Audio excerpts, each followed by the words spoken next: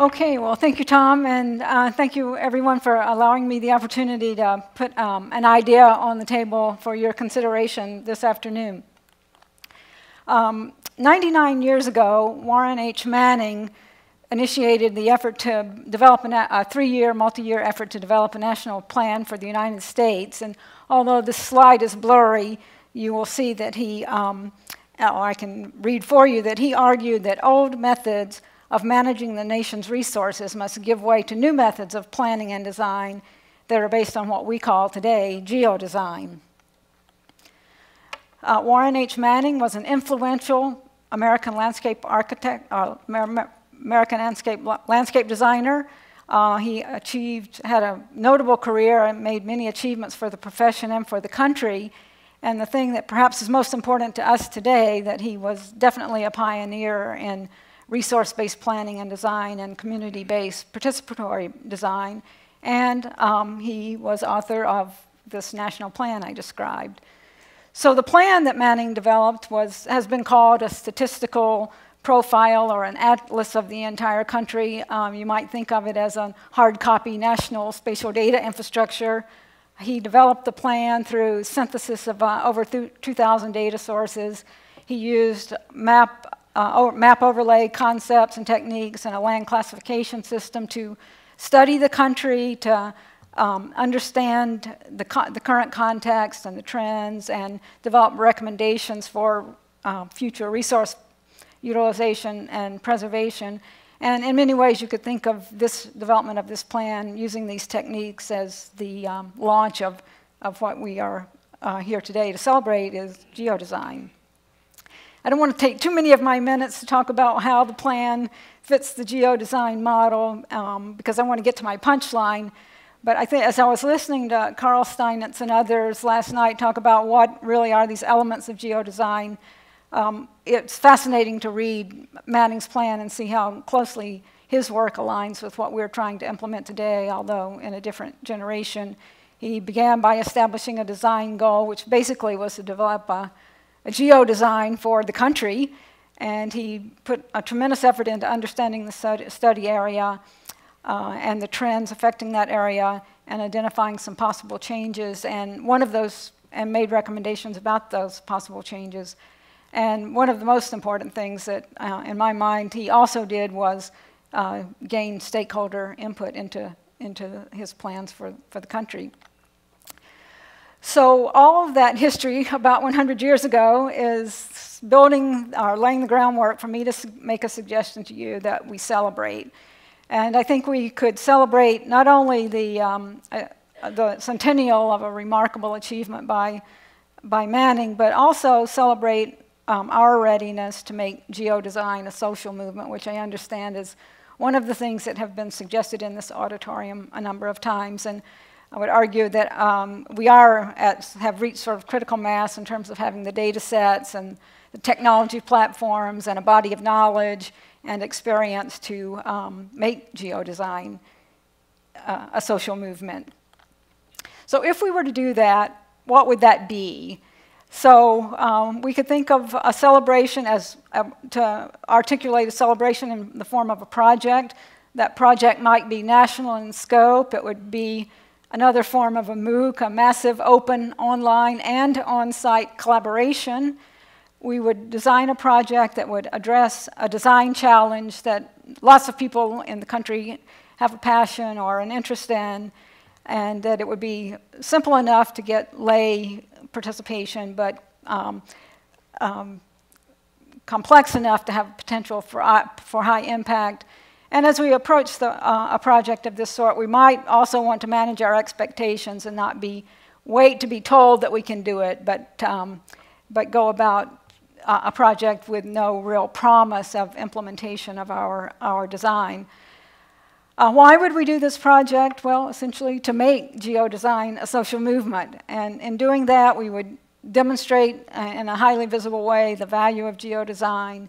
We would enhance and create public awareness, create career awareness for people who might be unaware of the professional opportunities in this area. We would exercise our existing capabilities. We might take this whole concept of community-based participatory design to a whole new level through this idea of mass online collaboration. And it would give us an opportunity for continuous learning and folding our findings back into the body of knowledge that we're creating already. On the when side, when would we do this project? Well, I would suggest that if we began this year, we would be beginning 99 years after Manning initiated his work. If we worked over the next 2 to 3 years, we could finish the project by 2018, which would be about the centennial of the completion of Manning's plan, and we could celebrate our project here at the 2018 Design Summit, and perhaps follow that with a scholarly publication before 2019. So who would do this project? There aren't easy answers to that. Leadership is yet to be determined, but I think we have a room full of leaders who could make this happen in this room. Who would be our sponsors? That's not an easy question to answer either, although we could look to the usual suspects of NSF and the NGOs and the federal agencies, but we might also want to look at some new and unconventional sponsors of this project, and we might employ some tools such as crowdfunding to bring in new and innovative approaches to a project. Likewise, the participants might be the usual suspects of all of us who are either practicing geodesign or working in, as faculty and students at all levels, or working in government agencies. But we would also, I think, want to engage the lay public and really look to draw on the wisdom of the crowd to help us evolve our project and to design our efforts. Where would we do this project? Well, as I said, we would do it online and also on site. We would have a blended approach to engaging the community around solving an interesting design challenge. How would we do the project? I would suggest that we focus on the geodesign process itself, not get entangled in too much data creation. As Jack mentioned this morning, there are some 3 million data sets available on the web. Let's not spend our time creating new data sets, but draw on the rich resources that exist. Let's manage this as a real project, use disciplined project management techniques. Let's integrate social media and other collaboration tools. And after seeing the presentation this morning by Place Matters, I'd say maybe scaling some of the things that they're doing already in the areas of civic engagement might be an exciting opportunity for this project. Again, manage our expectations. Let's work on the process, not so much worrying whether or not the implementation will be forthcoming. But most of all, we would need to be highly visible and enthusiastic. We would need to be seen doing the project as much as we would spend time doing the project if we really want to sort of have a virtual march on Washington to create this social movement. So before we talk about next steps, I just wanted to make sure that I'm clear that this is not an existing project, that it is just merely an attempt on my part to put an idea on the table that would, as Shannon says, stir the ashes or fan the flames of the idea of a social movement that's been discussed in this auditorium before.